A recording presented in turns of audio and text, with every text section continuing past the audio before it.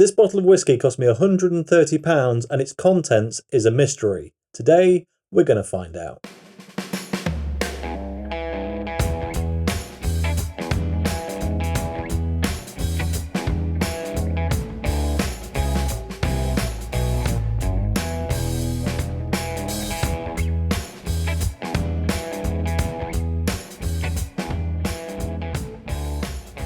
Hello and welcome back to the channel, and yes, today I'm taking a look at this very pricey bottle of whiskey.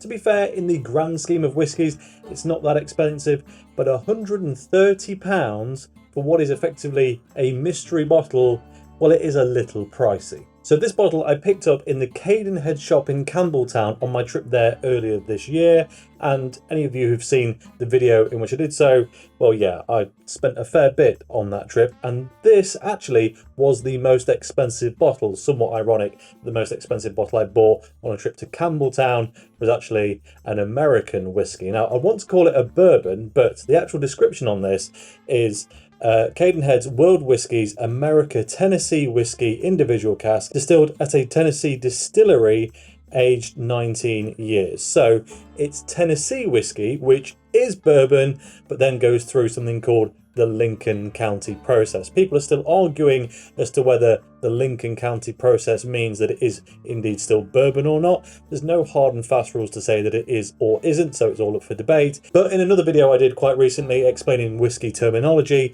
it did come to light that all Tennessee whiskies, at least Jack Daniel's, which is obviously the main Tennessee whiskey in the world, has been categorizing itself for tax purposes as a bourbon. So take that as you will. So this is 19 years old, which is why I bought it. Age statement bourbon in the UK at least is pretty rare. There's a few 10-year-olds knocking around. Occasionally you'll find a 15, and it'll be a hell of a lot more expensive than this is. So actually, for quite a pricey 130 quid bottle, it could be an absolute steal, but of course we've got no idea who actually made it. Now, just before we get into who may have distilled this whiskey, I just want to talk about Cadenhead. For those that don't know, Cadenhead is owned by J&A Mitchell & Co, as you can probably see written on the top of this board up here. They also own Springbank, Kilkerran, Longrow. They're the big producer in Campbelltown. That said, Glen Scotia actually might make more litres, but anyway, it's the one that people are really after, all their products. And Cadenhead, as I said, is owned by them, but is an independent bottler. So what is an independent bottler? Basically, they just go and buy full casks of whiskey of varying sizes from distilleries anywhere, and then either just bottle them themselves or blend them or kind of finish them off in an alternate cask. This doesn't say it's been finished or blended or anything, so I'm guessing that this is just straight from that cask. And the reason that happens a lot of the time is that not that the whiskey's bad or particularly good. In fact, sometimes it could be better, sometimes it could be worse. The problem is that sometimes distilleries will sell their casks simply because A, they feel like they can't make enough money of it off their own back for whatever reason. I mean, as a result of that, we doubt it'd be Jack Daniel's. They could just charge the earth for a 19-year-old, but more often than not, it's because the flavour profile maybe doesn't fit their normal regular batches and don't have a particular use for it. So they sell it off to an independent, then it doesn't matter if it tastes a bit different. So who could have distilled this? Well, it could have been Jack Daniel's. That is the obvious go-to. If it didn't match any of their existing products, they've got a pretty rigorous product line, and yeah, they're going to have a few barrels knocking about and could probably afford to sell you a 19-year-old bottle at whatever it costs to produce this, which is, to be honest, cheap for its age. And it's probably important to explain that Cadenhead said explicitly that they're not allowed to tell me who distilled it because the distillery didn't want them to know. They know who did it, but they're not allowed to tell the public, the purchaser, etc. So I could see Jack Daniel's not wanting their name along with someone else's branding. I think that is very, very possible. The next big player in Tennessee whiskey, though, is George Dickel, and as well as making a load of their own products, they also end up in a lot of blended bourbon. And as a result of that, I don't see why they wouldn't be happy to have their name put on it. Typically, the name George Dickel doesn't go onto the a list of bourbons that have gone into a blend because normally people are pretty secretive. But you know, you never know. And finally, it could be the Tennessee Distillers Co. As someone put in a comment on my original video to Campbelltown about this, they said, oh, I know some people have bought from them in the UK in the past, and to be honest, it's often a bit over oaked, which is something to look out for. So if it is a damn sight oaky, that might be a bit of a giveaway. I'm hoping provisionally that it's not the case because, well, I don't want a 130 quid bottle of just wood, but it might happen. On the back though, this does give us some tasting notes. It says raisins, brandy snaps and mocha coffee on the aroma, white chocolate mice, which for those of you not in the UK, like it used to be a confectionery thing, often Bird's Bakery did them. I'm sure other people did around the country as well, but they were literally just little bits of white chocolate in the shape of a mouse, had a little like strawberry licorice tail on them. They were fantastic, at least they were when I was a kid. Chewy toffee bars and fruit and nut bars, like it's pure confectionery straight through, and the finish is honeycomb, sugared pecans and nutmeg. I'll be honest, this reads to me quite a lot like it could be George Dickel, just for that note of pecan nuts on the finish, because, well, yeah, their stuff does tend to be just a little bit nutty. Anyway, enough waffling, I want to get this open. Here is a quick look at the whole thing. It's in their kind of generic World Whiskies branding. It's a nice looking thing. It's probably not going to catch your eye too much on a shelf because it's not the most flamboyant thing, but I do like their squared off bottles. It looks the business. Let's get a dram poured. Decent cork pop. Now then, in the glass, as you can probably imagine, a 19-year-old bourbon looks pretty dark, and it does. It looks darker on camera, I have to say.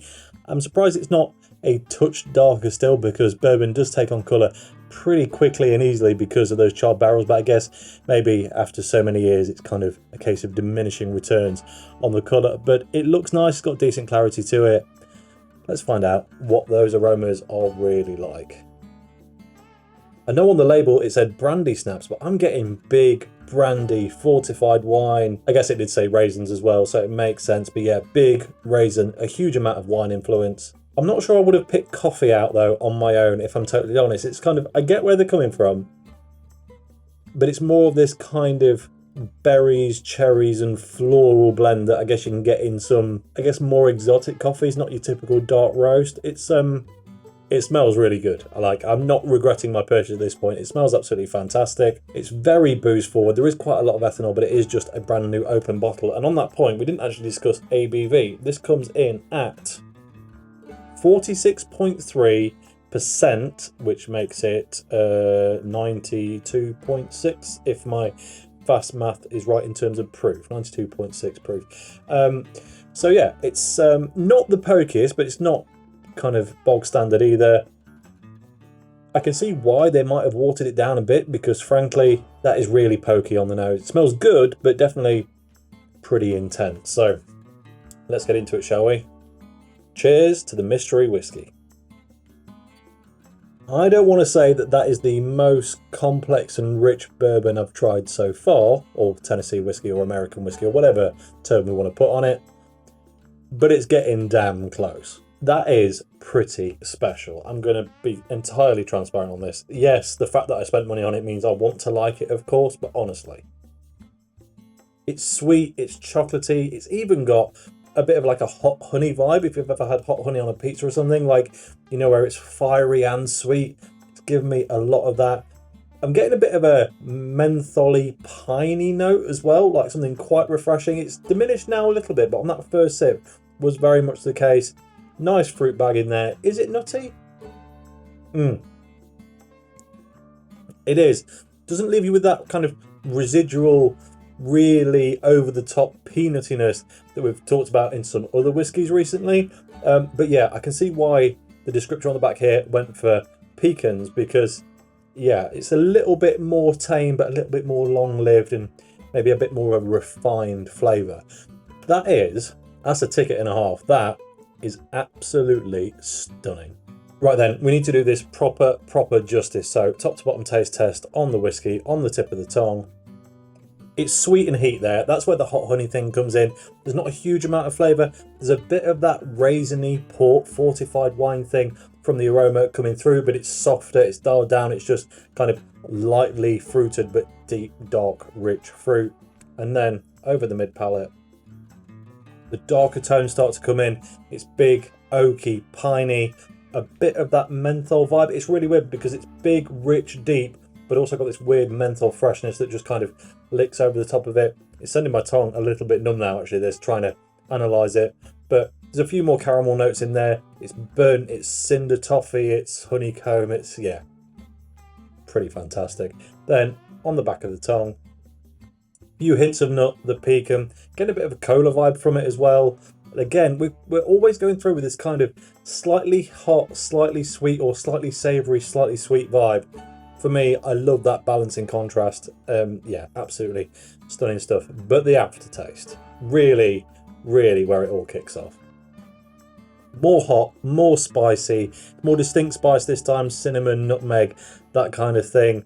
The heat's still there, the nuttiness comes to the fore. It's really, yeah, a nice drying, semi-savoury, nutty finish, along with typical bourbon Tennessee whiskey sweetness. It's not the most complex, I've now decided after picking this apart. There's not leather in there. There's not, you know, not like Wild Turkey Rare Breed, for example. A fantastic example of like a breadth of flavour. There's all sorts going on in that. This is a bit more considered, a bit more refined, but those flavours that are still there, absolutely stunning. So who do I think made this? Well, I'm pretty confident we can rule out the Tennessee Distillers Company because that is definitely not overly oaked. That is a nicely balanced and poised American whiskey.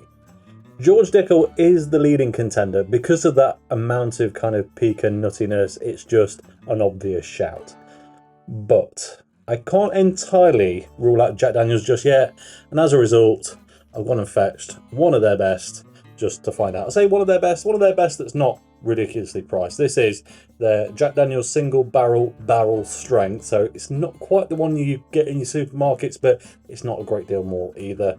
Let me just chuck these to the side and get just a tiny dram poured to see if I can see any similarities whatsoever. Of course, the aging will be completely different, but it's worth just finding out with a small dram, a very small dram as it goes, to see, can we pick out anything that would suggest Jack Daniel's could have been involved with this particular bottle.